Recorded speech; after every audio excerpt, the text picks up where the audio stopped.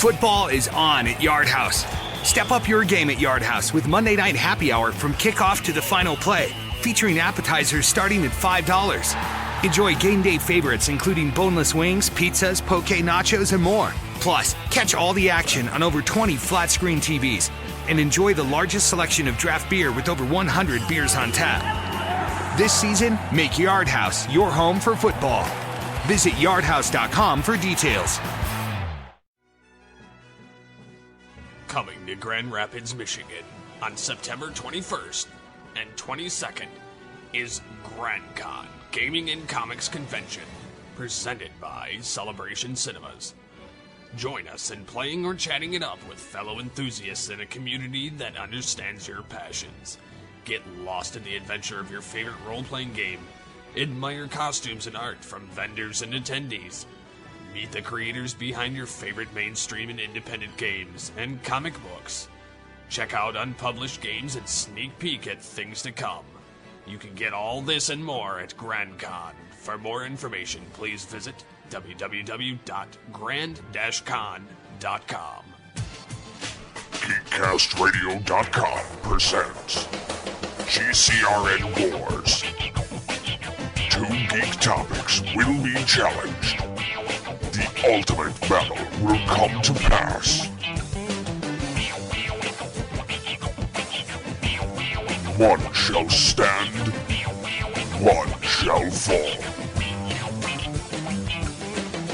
Hello and welcome to GCRN WarZ Episode 6, which kicks off our 80s Cartoons Villain Tournament.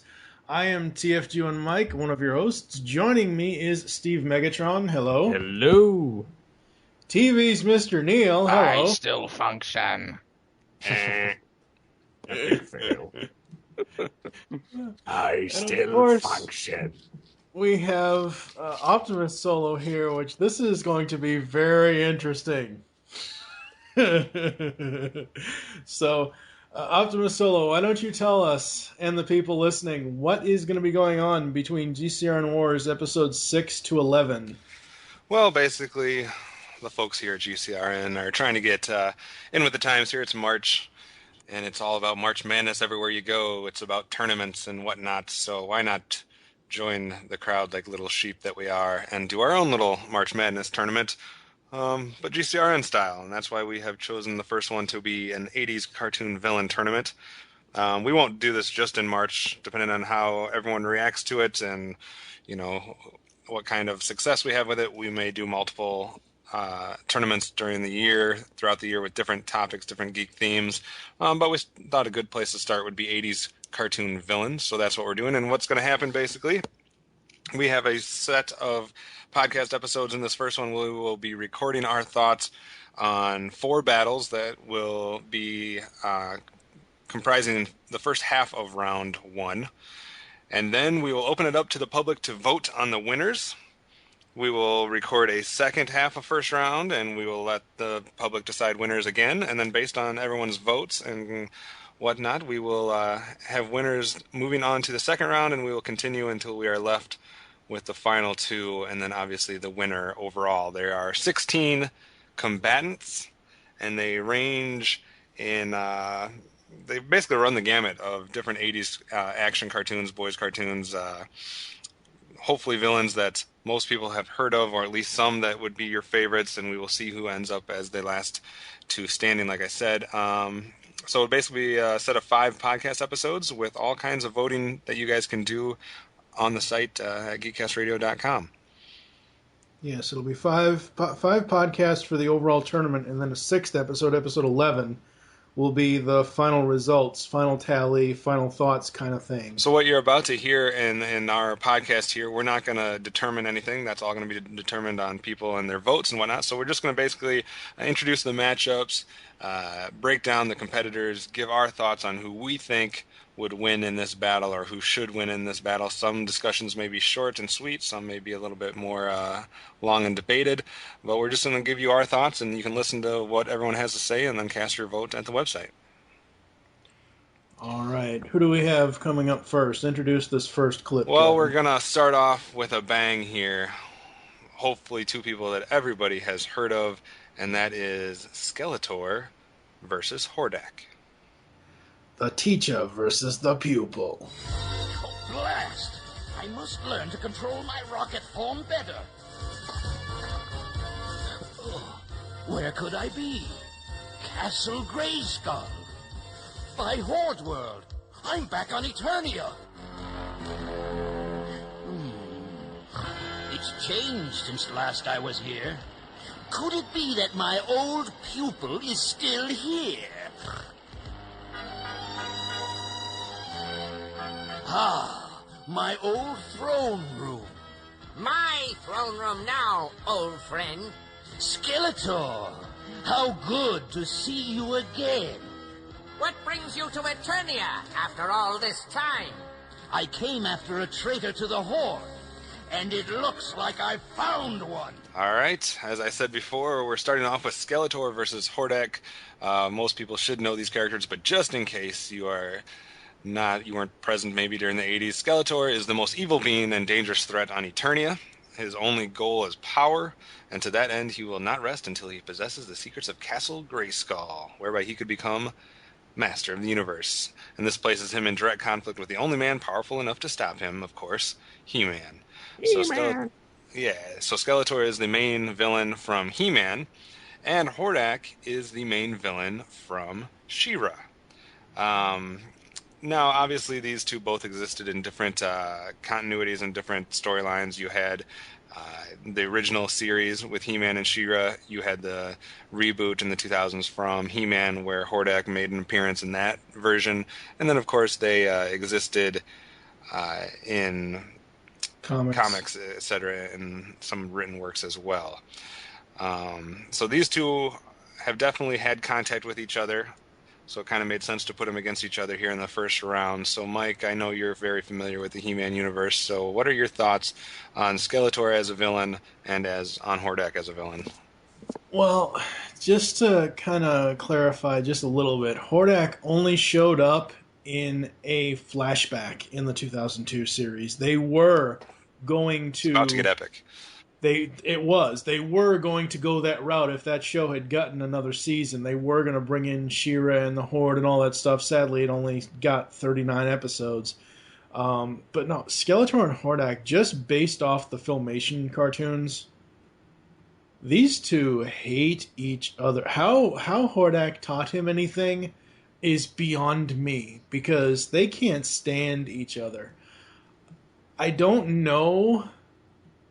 I honestly don't know who I'm going to pick to win between the two of them, because they both are bungling morons. Honestly, they are.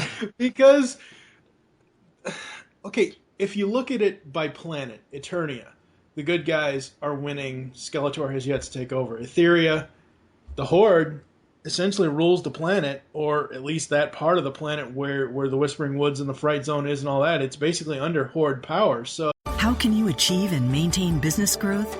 Harvard Business School Executive Education is now accepting applications for a new program, Driving Profitable Growth, taking place in Boston from October 25th through the 28th. This program focuses on business expansion and organizational growth strategies that can lead your company into the future. Learn more about this 3-day program for senior leaders by visiting hbs.me/growth. That's hbs.me/growth. So,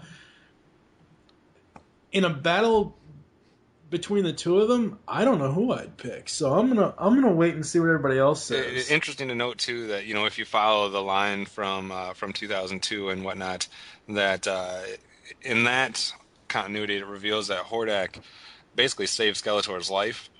Right. And it kind of explains why Skeletor is basically a bare skull individual instead of having the flesh and whatnot as Keldor had before.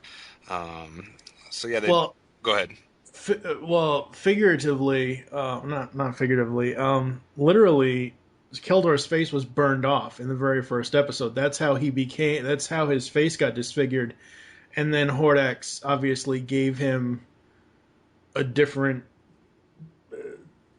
I don't know, it's one of those things where it's kind of weird, where in the beginning Randor essentially turns Keldor into Skeletor with the vial thing, the poison or whatever it was, and then later Hordak saves him and turns him into Skeletor. I always thought it was a combination of the two, not just one or the other. Well, and just real quick before we get too far, I just wanted to give some basics out here because if you're going to go by the original series, the original Filmation series, Skeletor relies mostly on magic. Hordak's powers kind of are the product of science, and he's able to transform himself in a variety of ways. He can turn his arm into an energy cannon, which has also been seen to, shoot fire out. He can become a massive tank. He can transport himself over great distances by becoming a rocket. He's transformed his arm into a vacuum cleaner. Form a little better. So he has a lot of that ability, whereas Skeletor is more so, kind of the mystical, magical. He does have the ability, obviously, to transport himself and to do a lot of the same things that Hordak does. It's just in a different way. Instead of transforming his own body parts into stuff or his whole body into things, Skeletor uses more, the mystical magic realm. I mean, it kind of all blends together, but True. Who else has thoughts on Skeletor and Hordak? I think it's kind of a foregone conclusion, but I'm going to go with Hordak just because, like Mike said, Hordak pretty much ruled Etheria, and in the 20 years that he left Eternia, what did Skeletor do? He pretty much rules Snake Mountain, which is run down and looks like crap. And Hordak actually got stuff done. He's bumbling, but he accomplished something. He has an army. So I'm gonna give it to Hordak. Although Skeletor does deserve props because he did take out Horde Prime in that one cartoon where he turned to face. And I take it we're not going to count the New Adventures version of Skeletor, the Groucho version, as I call him. I don't know what that would even add to Skeletor's character. I think that would make him worse somehow. I'm not considering that the picture that we used for the matchup is the classic Skeletor look and not the comedic villain. No, not the New Adventures is not in continuity. Technically, it is, but it's not in this continuity. I know it is, but I'm just saying that it's in this purpose. It's not. They also had very different ways in how they ruled and how they basically commanded their underlings and their minions and whatnot. Skeletor didn't always seem to be in control of his men, whereas Hordak was much more. He at one point he just at least in the 2000 version, that one scene he just completely annihilated one of his. I don't know if it was one of his generals or one of his, what his technical rank would be, but someone who disagreed with him, and he just basically just killed him. So Hordak had definitely a different way of ruling that made him seem more intimidating, I think, than Skeletor, who at times was just basically whining and crying why his people sucked. Yeah. And the other thing is, Hordak, as you said, Kevin, is more so military than Skeletor is. And he essentially has, they even say, an army of Horde troopers. The only army Skeletor has is poorly constructed robots. I know this is going to probably irritate people that listen to us all the time because we always revert back to Transformers analogies, but to me, Skeletor is almost akin to the Starscream to Hordak's Megatron. I would so agree with that. I'm not saying which one's better. I'm just saying that's kind of how they seem to line up. If they're in the same universe, Skeletor is more of the whiny. I love Skeletor. He's one of my favorite villains of all time. But Hordak's much more militarily and intimidating to me. Steve, I would say that between the two of them, and to piggyback on kind of what you guys have already said, they kind of pale in comparison, with Skeletor anyway. He, like you guys said, had 20 years to do absolutely nothing. And Hordak rules, a big area. And just for sheer appearance alone, Hordak looks more intimidating than Skeletor. Yeah. Now, if you could take the live-action version of Skeletor, that was pretty badass. Oh, yeah, that would... that one would kick this one's ass in a heartbeat. But, and I think it's pretty typical of the 80s to have the bumbling villains. Yeah. Other than a select few, but that didn't come till later. But anyways, the main thing, I think that Hordak would mop Skeletor's ass if he got the actual chance to do it the right way and couldn't get himself locked up. Yeah, I agree with that. I mean, it's hard because they both have the ability to escape. So if they are battling each other, would the battle ever happen, or would they just keep like transporting themselves away? Like Skeletor would just keep going back to Snake Mountain, and Hordak they would do the eternal dance of escaping and yeah, cowards. The other thing you got to take into account is that they know one another because they are pupil and student, much like Obi-Wan and Vader were. They know each other's weaknesses. I mean, you take a look at Secret of the Sword. Skeletor just does a straight double cross and just kicks Hordak back to Etheria, essentially. And then Hordak is just like, oh my god, I can't believe he did. He doesn't say that exactly, but it's like one of those things where, overall, I would agree with you guys that in the long run, in a long, drawn-out battle, Hordak would probably beat Skeletor's ass. But what if we give Skeletor all the things that his different action figures got, like the claws that snap back and forth? If you did that, I would probably say Skeletor would win. But if we did that, we would also have to give Hordak all the stuff that his did, because Hordak, even though Skeletor got battle armor, Hordak got vac metal armor a couple of times. Yeah, but Skeletor had that one figure that had like the Terror Claws thing or whatever. Yep. Those were pretty damaging, I would think. I don't know. Any final thoughts, Neil? No, you guys are entering a territory that I'm not familiar with, which is the toys. All right, so Hordak wins for our opinion, but we'll have to wait to see what happens with the voting then, right? We will have to wait and see if people agree or if the popularity of Skeletor carries him. But I think I'm in complete agreement. I think Hordak was kind of the master, and he just has that intimidating edge that I think he would pull it out. But we'll have to see what the people think. But yeah, so that would lead us into our second first round matchup, maybe a little more obscure for people. Some of these cartoons maybe not everyone has seen compared to He-Man. But our second matchup gives us King Zarkon versus Darkstorm.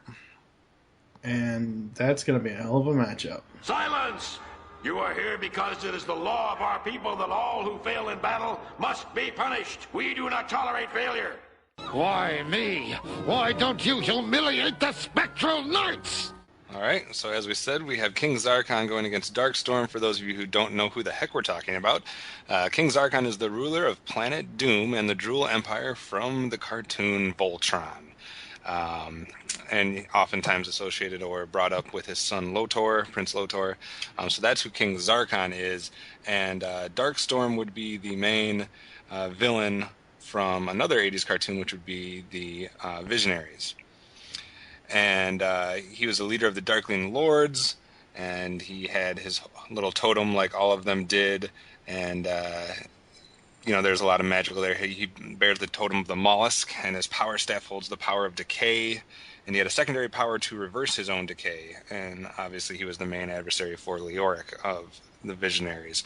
I know maybe not as popular of villains as we were just talking about with Skeletor and Hordak, but Mike, what do you have to say about? I know you know King Zarkon pretty well. Oh yes, but I'm gonna actually start with Darkstorm because I just before we did the recording of this episode, I spent about 2.5 hours watching Visionary episodes. I found someone who had a playlist of pretty much a majority of the episodes on YouTube, and I gotta say, I'm glad as a kid I never watched Visionaries. All as it is, the age of technology is over. The age of magic is now. And then they all get these magical totems, as you said. It kind of reminds me of, I swear to God, it's a human version of Battle Beasts is what it reminds me of. Everybody's got their little symbol on their chest that has a certain power or whatever else. Yeah. King Zarkon wins this for me. It's not just because I love Voltron. It's not because I never saw Visionaries as a kid. I watched at least 7 episodes of Visionaries before we did this, and Darkstorm did absolutely nothing. Okay, sure, he can make people decay and he can reverse his own decay. King Zarkon sends his magical witch Hagar and his bumbling son out. Of course, Lotor doesn't get bumbling until he starts, going all knock-knees for Allura, but King Zarkon has these giant monsters that he sends out after people, not just an army of magical, mystical people that look like humanoid battle beasts. So yeah, for me, Zarkon wins this. Napa know-how. The Napa guy knows not to judge a man by his car's multicolored paint job or absence of modern gadgetry. Who cares if it's technically old enough to vote and the windows are powered by the strength of your left arm? Your monthly payment is zero, and it'll stay that way. Because with over 500,000 parts and a little Napa know-how, you can keep anything on the road. She may not be pretty, but she's all yours. That's Napa know-how. Napa know-how. Alrighty then, you seem very sure of that. Steve, do you know either of these characters very well? I'm not too familiar with Darkstorm, but I am familiar with King Zarkon, just because I did watch some of Voltron. I just think that his character, just overlooking at the two, because like I said, I'm not extremely familiar with Visionaries. I do know that it was Hasbro toy line, and that it was Chris Latta as the voice, which is weird. But I just think that King Zarkon's a more superior villain. He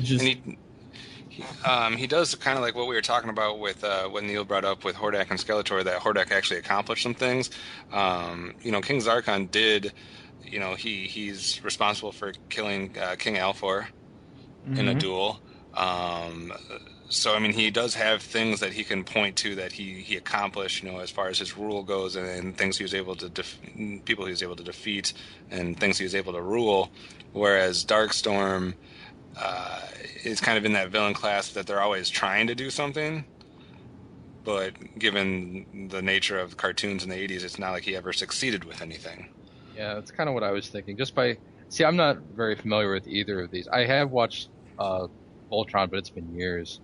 But just by nature of the two shows, Visionaries being very episodic, so therefore the Darkstorm's plans are probably not going to go very far. Whereas the other guy, because the story is much more epic and spans over the course of the show, you're going to get his plans that are going to go much farther, and he's going to actually accomplish things. So therefore, I'm going to have to give it to Zarkon.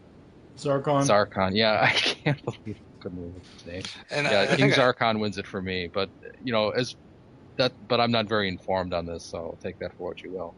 Well, I think another thing that you can kind of look at when you're comparing these two is, it's been a long time since I was up on my Visionary knowledge.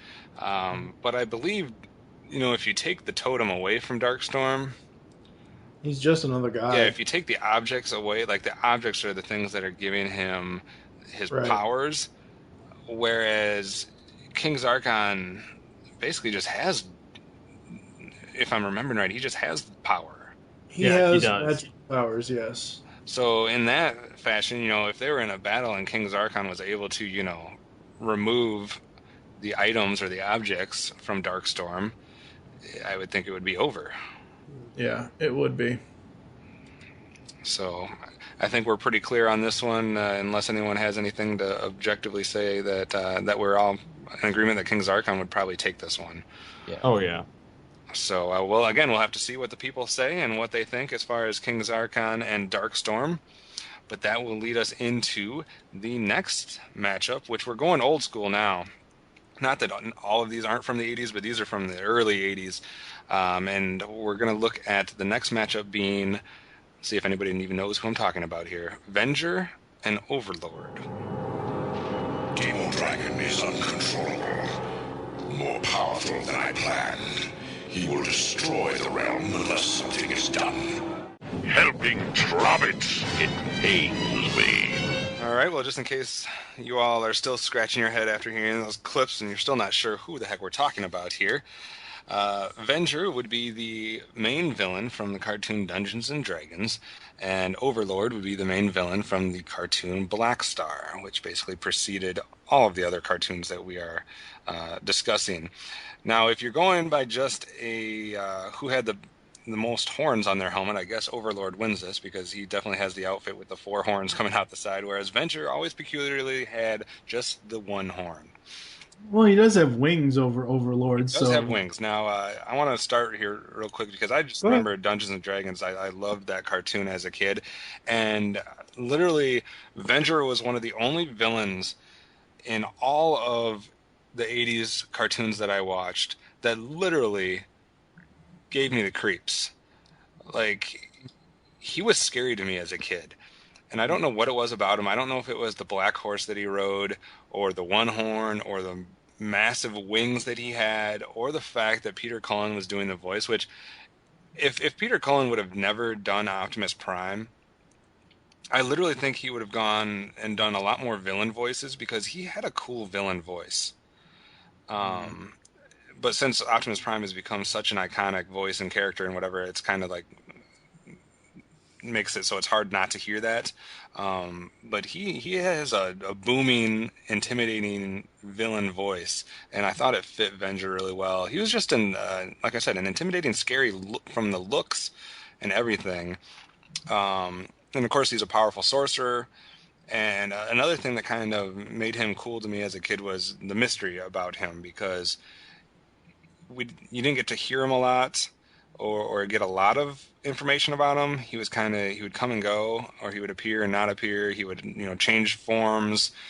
He had power, with lightning and shape-shifting and stuff like that. But he's not immortal and he's not invincible. So, I guess he could be beaten. But to me, he was a very intimidating character in and of itself. So I'm going to lean towards Venger in this one, but that's not to say that the Overlord wasn't kind of an intimidating villain as well. I just don't think he had the powers of Venger, and Venger can fly around and do all kinds of stuff that Overlord's going to have to try to compete with. So that's going to be a tricky thing to do. Mike, what do you think about these two guys? Venger takes it. Venger is way creepier than Overlord. And out of the episodes of Dungeons and Dragons that I did watch before this record, Venger never dropped a scroll into the volcano. I watched a couple of episodes of Black Star, and Overlord is always dropping stuff, just like people in Mask always drop stuff just for the hell of it. He's clumsy. What about you, Neil? Well, going off, I'm not familiar with Black Star, but just going off what you said, Overlord seems kind of clumsy, whereas Venger is actually fairly creepy. But one thing I want to bring up about Venger is he wasn't the only villain on the show. There was also Tiamat, and Tiamat was kind of the other villain. They weren't aligned though.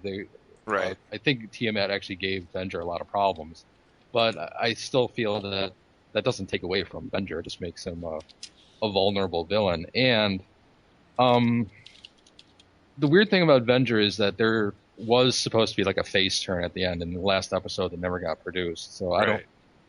I don't know what that says about his character, because he's kind of evil, but he's kind of not. But if we're talking about sheer,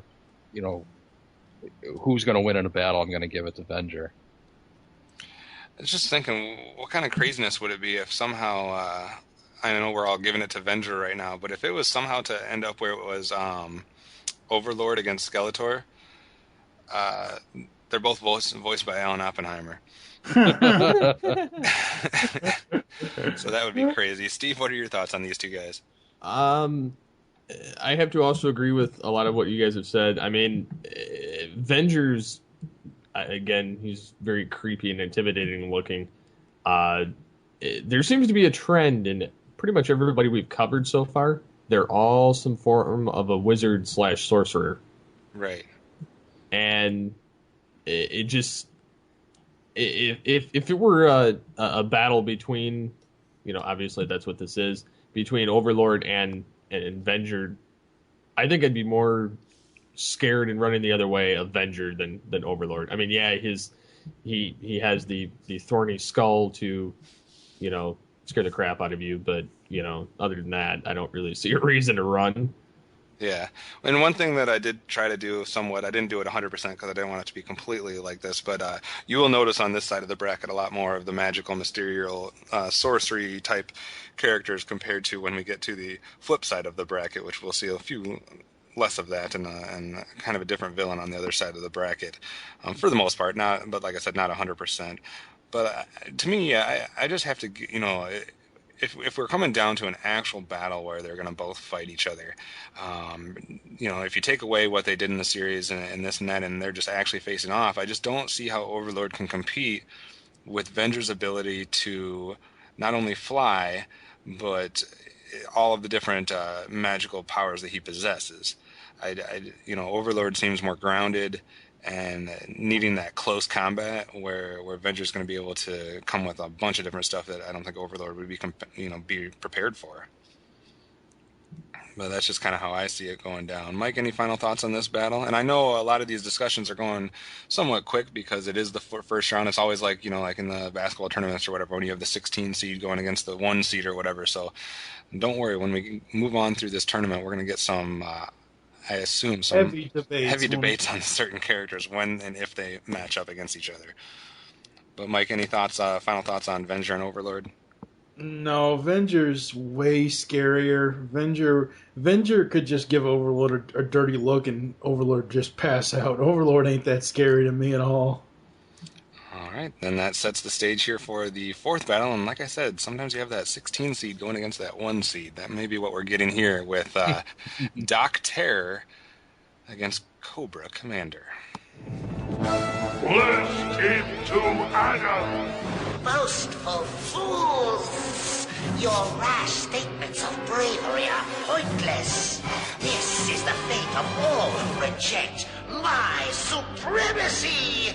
All right, I'm going to assume that most people know who Cobra Commander is and what show he's from. Doc Terror, on the other hand, is the cyborg scientist who has dreams of world domination, and he goes up against the Centurions in the cartoon of the same name, obviously. Kind of interesting that these two are with the same pairing because they're both kind of people who are they're both partly, I don't know, can you call Cobra Commander partly human at one point? He was once a man. I was once a man. Right. So they're both men who have basically been turned into not 100% humans. So I mean, you got Doc Terror, the crazy scientist, and then you got Cobra Commander from G.I. Joe, who I don't think we need to say much about as far as his abilities. No. Most people should know that, I would think, right, Mike? Yeah. Oh, yeah. Yes. Very much so. But are we going with Cobra Commander with the faceplate or the hood? The faceplate. He has three different ones in the show. First, that other one was kind of early 90s, so that doesn't count. But what if we go with the Cobra Commander who's already been basically turned into junk in the G.I. Joe the movie, and then throw Doc Terror in against him? Does Doc Terror stand a chance then? I can't believe you even said that. You mean when he becomes the Deke version and he's wearing the silver battle armor? No. In the movie, he's talking about Rise of Cobra. No. I'm talking about the cartoon movie when he's turned into the slithering snake that has to be carried around by who was a Roadblock or somebody. Yeah. Okay. That's a pretty big snake. Then if we throw Doc Terror in, I think he has a chance. I think that's the only way he has a chance. Yeah, that's the only way he has a chance. But even so, that was a pretty big snake. I mean, he could just constrict the hell out of him, and it'd be all over in like a minute. Yeah, he'd just fry the hardware. Or he could just swallow him whole. He'd just fry the hardware. Or he could just constantly speak to him and annoy the piss out of him. Napa know-how. The Napa guy knows not to judge a man by his car's multicolored paint job or absence of modern gadgetry. Who cares if it's technically old enough to vote and the windows are powered by the strength of your left arm? Your monthly payment is $0, and it'll stay that way. Because with over 500,000 parts and a little Napa know-how, you can keep anything on the road. She may not be pretty, but she's all yours. That's Napa Know-How. Napa Know-How. Oh, God. You just go. I guess we had another chance where we could have had Chris Latta go against Chris Latta. Oh my God! Can you imagine if Mr. Latta was still alive in '92? Genie, make me an all-powerful genie instead of whoever voiced Jafar. Can you imagine him as the giant snake? Oh God! I picked the helmeted version that's pictured in the image. But Cobra Commander overall would just beat the ever-living snot out of Doc Terra. I have to agree. He just would. What if it would have been Cobra Commander against Serpentor? Ooh. Well, he did eventually kick his ass. It's just he didn't have the balls to do it until he became a snake. That's true. Neil? We're talking Serpentor now? I don't know. No!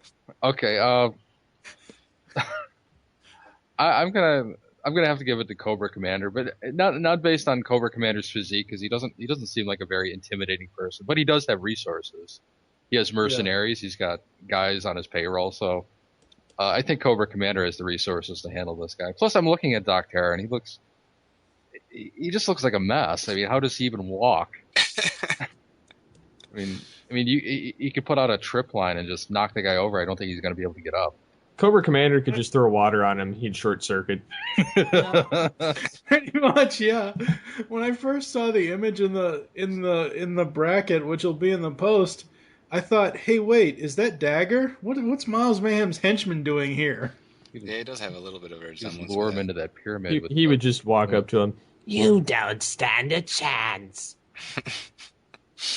So we're all in agreement here that Cobra Commander would dominate Doc Terror in the most lopsided matchup we've had. So if it was up to us, we would have Hordak, King Zarkon, Venger, and Cobra Commander advancing. But as we keep saying, it's not up to us. It's up to the people and their votes. Now, Mike, do we want to preview the other side of the bracket or not? We will when we come back after the break. All right. So take a short break, and we'll come back after this. Are you looking for a weekly dose of gaming news and retro? And check out Off the Cuff, available Fridays on Geekcast Radio Network from the producers of XRG. New name, same. Pixels in the Animation is the next cartoon review podcast series in the Geekcast Radio Network's long history of review series. We've had Transformers, He-Man, and Mask as far as the cartoon review podcasts we have done. Now we bring in TV's Mr. Neil as he and TFG and Mike break down 9 video game cartoon series. Steve Megatron will join us for the Mega Man and Sonic episodes. We will be reviewing and analyzing every episode of the Mario, Zelda, Captain N, Mega Man, Donkey Kong, and Sonic cartoons. You can expect us to go in-depth and also talk about the game franchises that spawned these cartoons. So tune in summer 2013 as we find the pixels in the animation. This is 80s action sensation Arnold Schwarzenegger, and I'm here to tell you about the podcast I produced called Punisher Body Count. It's the net's best Punisher podcast, but don't take my word for it. Listen to the hosts. Punisher Body Count is a work in progress. To listen to this great show, you can find us on iTunes.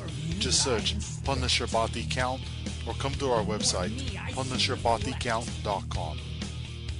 So we are back here on GCRN WarZ, and as Kevin said before the break, you people have to go to GeekCastRadio.com and vote. This is the most important vote you've ever taken in your entire lives. To hell with the presidential election crap. You need to vote on this stuff. If no one goes to the website and votes, none of our listeners are geeks. They all lose their geek licenses. Who doesn't want to pick a winner, Skeletor versus Hordak? Come on. I know, really? We'll vote on these things, people, and you'll have we'll have information there as far as the schedule for the rest of the episodes and when you need to go back to the website to vote on new polls, etc., as well as deadlines and all kinds of that crucial information. So if you just go to the main page, geekcastradio.com, you'll be able to find where you need to go. Yeah, that's right. And people, I'm telling you, I know we probably don't have a whole lot of listeners or subscribers to this podcast because, let's face it, before episode 5, this podcast was like one episode per year. But we are kicking it into high gear with this tournament and other topics that we have coming up. So, and if you want us to do other topics, you have to participate in this one so we know there's interest, and then we will do all kinds of other topics.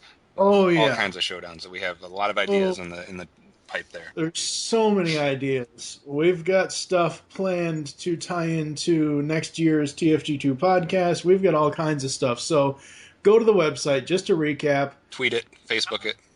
Yeah, tweet it, Facebook it, everything. Tell your friends about the 80s cartoon villain tournament here at GCRN WarZ from GeekCastRadio.com. Just to recap, part of round 1 includes Skeletor versus Hordak, King Zarkon versus Darkstorm, Venger versus Overlord, and Cobra Commander versus Doc Terror.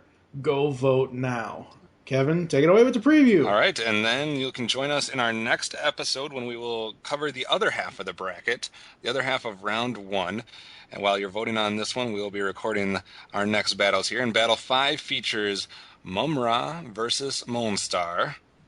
Little Silverhawks Thundercats action there. Battle 6, Big Boss from Cops against Miles Mayhem from Mask. Battle 7, Megatron from Transformers. Battle Psykill from GoBots in a weird, ironic matchup there. And Battle 8, the Shredder from Teenage Mutant Ninja Turtles versus Tex Hex from Bravestar. So those are the matchups that you can look forward to hearing us debate and talk about in our next episode while you go to the website and vote on those first round matchups that we already discussed today. Right. Megatron versus Psykill. That post is going to have a very interesting image made by Mr. Neil over there. So you'll have to go and see that after we post that episode. Neil, where can the people find you and all the stuff that you do?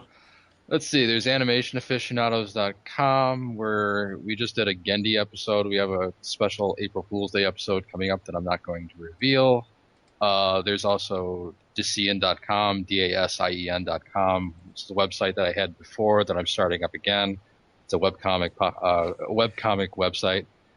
I'm on Facebook and Twitter. You can usually find me by Neil Sama or Neil Purcell. You'll should be able to find me. That's about it. All right. And of course, we here at the Geekcast Radio Network, you can follow us over at Facebook, and you can also follow us on Twitter. For now, I am TFG and Mike with TV Mr. Neil, Steve Megatron Phillip, and OptimusSolo. We will see you next time. You've just listened to GCRN WarZ on GeekCastRadio.com. If you would like to leave feedback on the show, there are many ways to do so. You can visit the website, GeekCastRadio.com, where you can comment on the episode in all of our different podcasts. Be sure to rate our show on iTunes and leave us feedback. Follow us on Twitter at GeekCastRadio. Become a fan of us on Facebook by searching Geekcast Radio Network. You can email us at feedback@geekcastradio.com. Call the voicemail line 502-526-5821. Please remember to tell us the show you were leaving the message for and your name. So until next time, unleash the geek in you. Napa know-how. A Napa guy knows more isn't always better, unless we're talking about full-size vans. These beasts do more than get you from A to B. They have so much space a man can live in it. With shag carpeting, waterbed, and a sweet lava lamp, these mobile abodes have all the comforts of home. With quality parts and plenty of Napa know-how, you can keep the original tiny house running longer, stronger. That's Napa know-how. Napa know-how.